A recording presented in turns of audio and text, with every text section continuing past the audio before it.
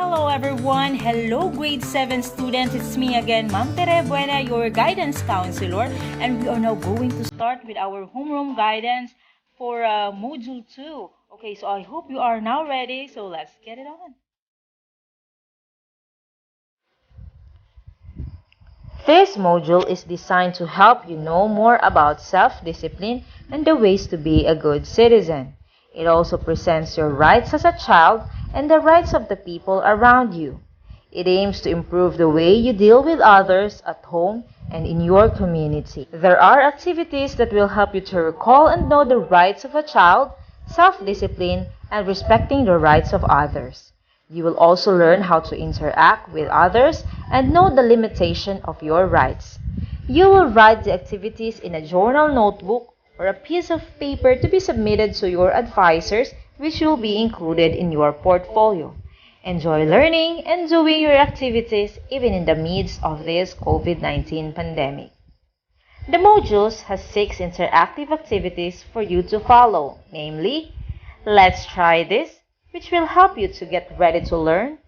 Let's Explore This, which will guide you towards what you need to learn. Keep in Mind, which will give you the lessons that you need to learn and understand. You Can Do It, which will help you apply the lessons learned in daily activities. What I Have Learned, which will test and evaluate your learning.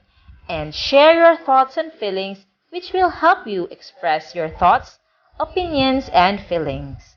Make sure to read, think, follow, and enjoy every task that you are asked to do. Have fun, stay safe, and healthy.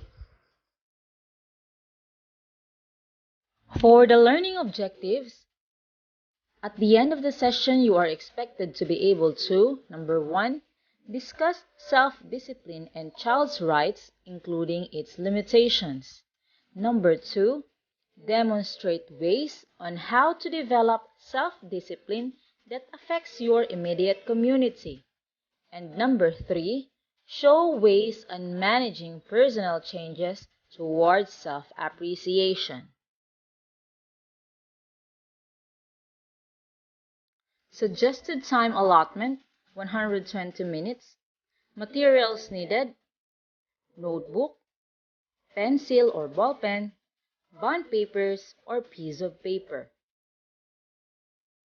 Have you ever felt the urge of doing a lot of things your way, but ended up considering its repercussions and negative impacts? Then suddenly, you found yourself following instructions because that's the systematic way of doing things. We all have our impulses, and sometimes we have the tendency to just follow what we feel without even thinking if it will place us in a regretful situation. It takes certain control and mindfulness to catch ourselves doing irrational things. Our self-control will save us from suffering the consequences of our impulsive actions and eventually contribute in our maturity as an individual. You also need to factor in your habits as a good citizen, which will include the practice of your rights. In this way, you can expand your understanding on how you can gain self-control and how you can improve yourself. So allow this module to provide you the structure in understanding self-discipline and habits of a good citizen, including your rights as a child. The next activity is under Let's Try This. Suggested time allotment, 10 minutes. The title of the activity is This Is Me. What you're going to do is number 1, get a piece of paper and a pen. Number 2, doodle for a minute without thinking. Just feel free to do it in whatever direction. It means to say that you are going to scribble absent-mindedly, or you will draw aimlessly, or after a minute, try to draw a square, rectangle, circle, and triangle at the back of the paper. For the processing questions, you are going to answer the following. Number 1, how do you compare the two activities? Number 2, What did you feel when you were doodling and drawing figures? Number 3. Between the two activities, what needs certain control or discipline? Why do you think so? In the activity, let's explore this. For 20 minutes, you are going to make an illustration of your previous experience where you think you lack self-discipline that caused you a negative effect. You can use symbols, lines, and arrows to do the activity on a piece of paper. Then write an explanation below to be followed by your answers to the processing question. For the processing questions, you are going to answer the following. Number 1. Why did you consider it an experience that lacks self-discipline? Number 2. What could have been the outcome if you had self-discipline at that time? Why do you think so? Number 3. Did it change anything to you as a person? Explain further. Okay, so we are going to discuss this part. Keep in mind, so I hope you have with you your module. So now, you can see here that there are several statements that we need to understand. So sabi dito, it is said that nobody's perfect as the saying goes. Naniniwala ba kayo doon? Grade 7 students, of course, nobody's perfect. Therefore, we are all capable of committing mistakes. Meron tayo daw mga ugly moments. Despite those unpleasant experiences in the past, we learn new things and eventually make this as our markers of improvement. So, yun yung nagiging dahilan. Bakit tayo nag-i-improve?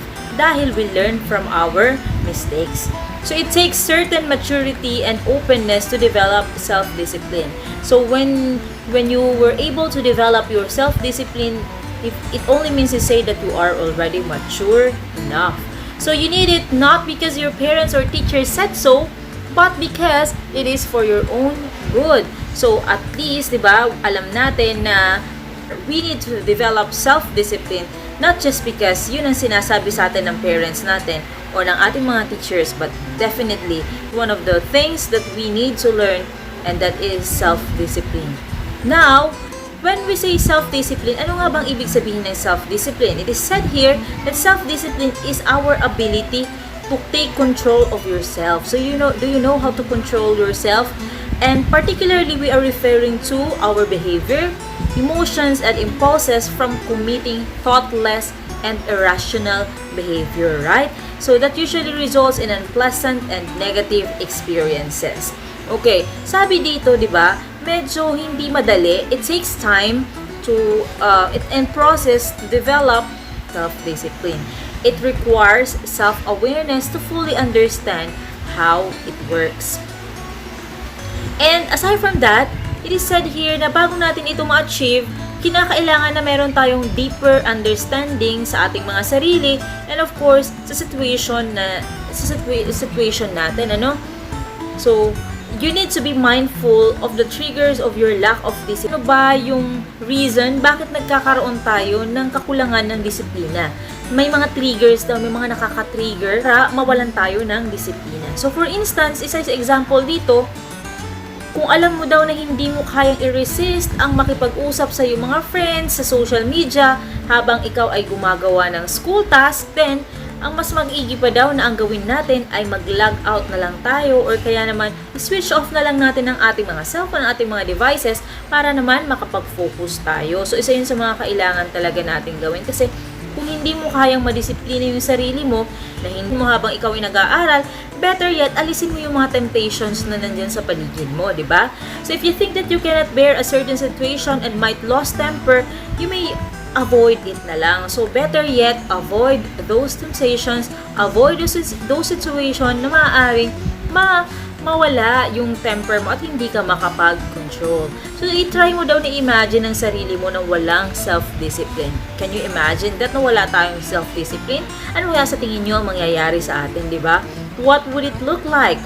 Di ba? You may do things based on your impulse without considering its effects to others and to your future actions. Sige lang, gawin mo lang, ginagawa mo lang lahat ng gusto mo, but definitely, alam naman natin na may kapalit ang lahat ng actions na ginagawa natin.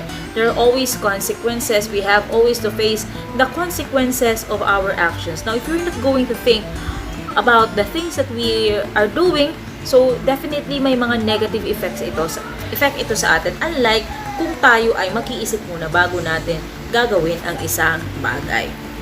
Okay, so when we say self-discipline, di ba? Sabi dito, it makes you control your actions. Kasi pag may disiplina ka, kontrolado yung mga actions mo, hindi yung nagawa mo lang kung ano yung gusto mo or gusto ng iba. So it prevents you from making the same mistakes. Because if you know already that you committed a mistake, then you will no longer do it again and again and again, right? Discipline gives you control over life. As part of having self-discipline, kailangan daw na alam natin yung mga habits natin as a good citizen.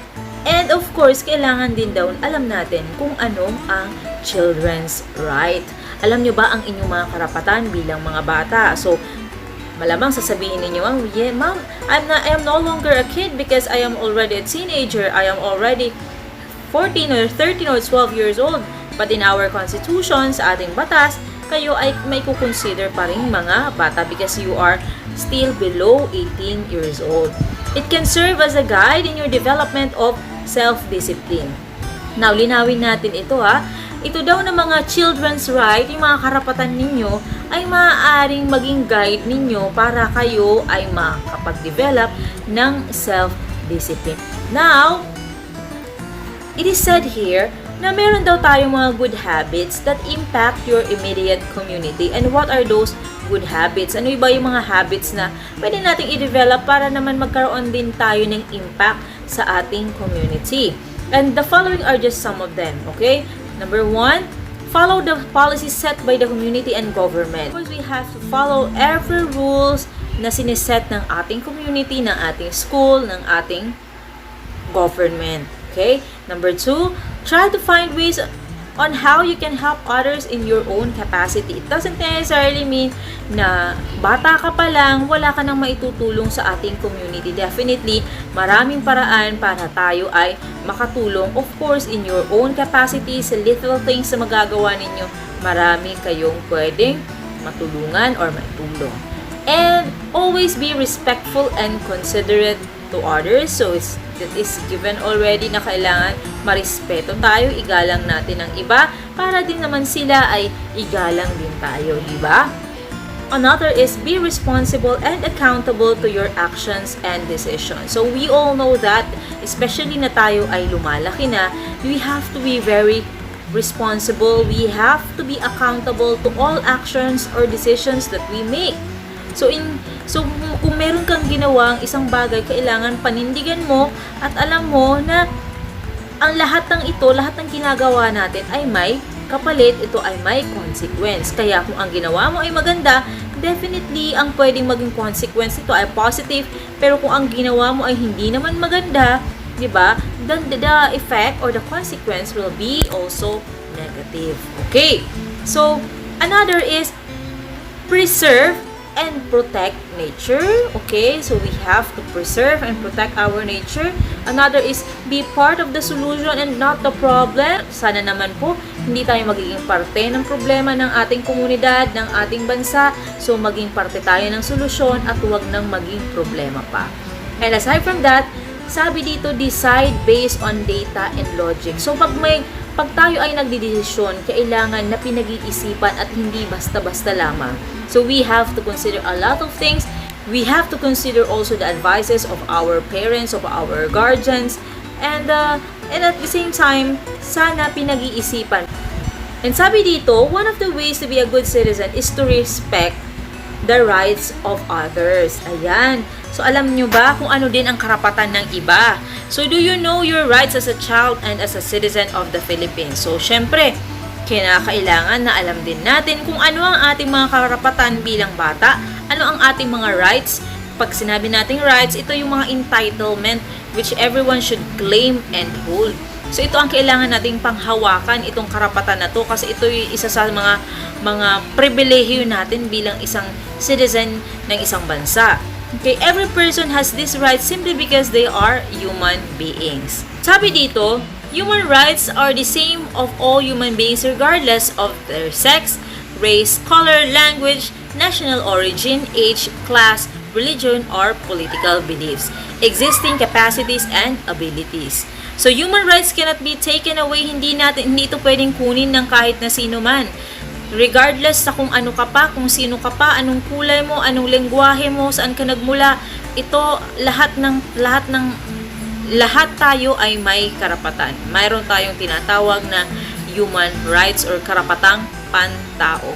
So they give people the freedom to choose how they live and how they express themselves. They also guarantee people the means necessary to satisfy their basic needs such as food, housing, and education.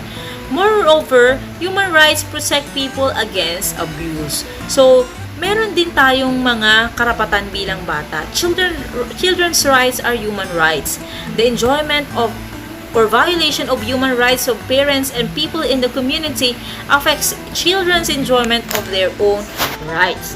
Alamin naman natin kung ano yung mga karapatan natin. According po ito sa Presidential Decree number 603 or the Child and Youth Welfare Code.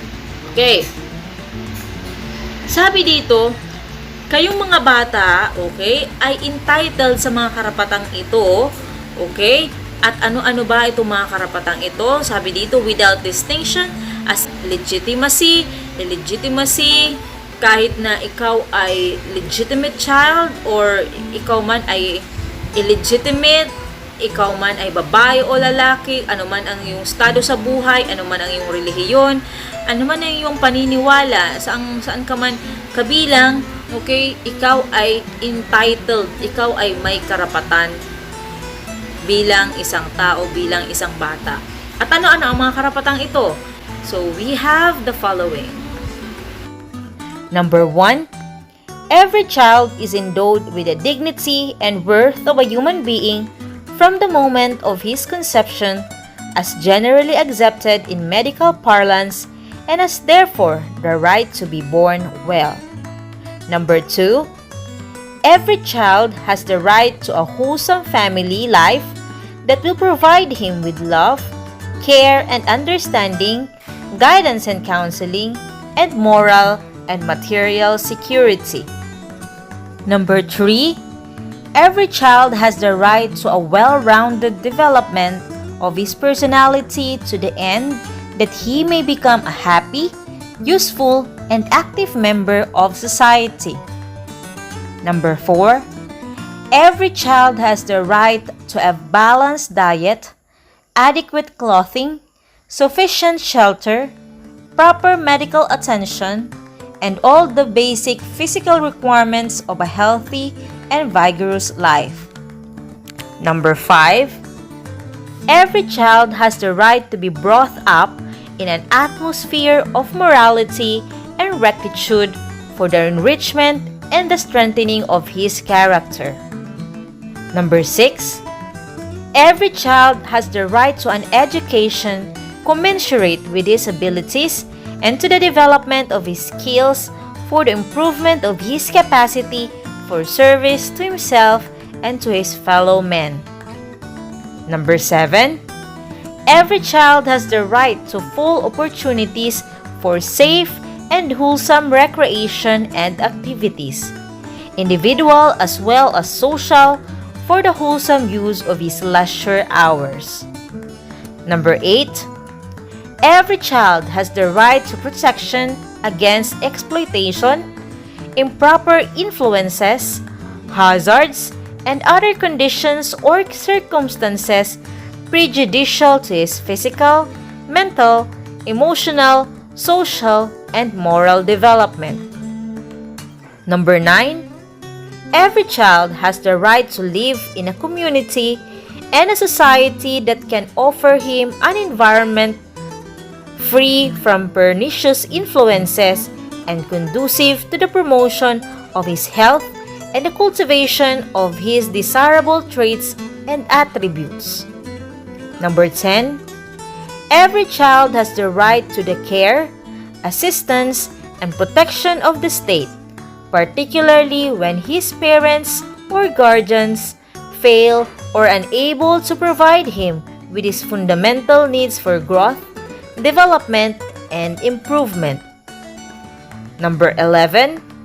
Every child has the right to an efficient and honest government that will deepen his faith in democracy and inspire him with the morality of the constituted authorities both in their public and private lives. Number 12. Every child has the right to grow up as a free individual in an atmosphere of peace, understanding, tolerance, and universal brotherhood, and with the determination to contribute his share in the building of a better world. Human rights have limitations. The 1987 Philippine Constitution has an article about the Bill of Rights, specifically Article 3. These rights are not entirely set in stone, and a person's human rights can sometimes be limited. Examples: Number 1. The freedom of speech is limited by the libel law, bullying, and cyberbullying law. Number 2. The right of people to gather is limited by other laws on peace and public order. Number 3. The right to freedom of expression is limited by the law against slander. Number 4. The right to freedom is limited if you are accused of a criminal act. For the next activity under You Can Do It, suggested time allotment 20 minutes. You are going to try to choose 2 good habits which can relate to yourself and explain how they will help to improve your self-discipline. Then choose rights that can serve as your reminder to always practice self-discipline. Cite an example situation for each right. Under What I Have Learned, for 20 minutes, you are going to answer the following questions. How are self-discipline, good habits, and children's rights connected? Do they affect one another? Make a simple symbol to show this and write your explanation below it in a piece of paper. For Share Your Thoughts and Feelings, suggested time allotment 20 minutes, you're going to think of 2 situations where you always feel that it is hard for you to have self-discipline. It may be a situation that happens frequently to you. For example, not doing your schoolwork on time. Then try to analyze what causes it. On the next parts, write the results. Follow the table below and write your answers on a clean piece of paper. Here is the table. You are going to write first the situation, then write the causes of my lack of discipline, then what do you think are the short-term results or the results that immediately follows the situation, and what do you think is the long-term result or the results that happen long after the situation.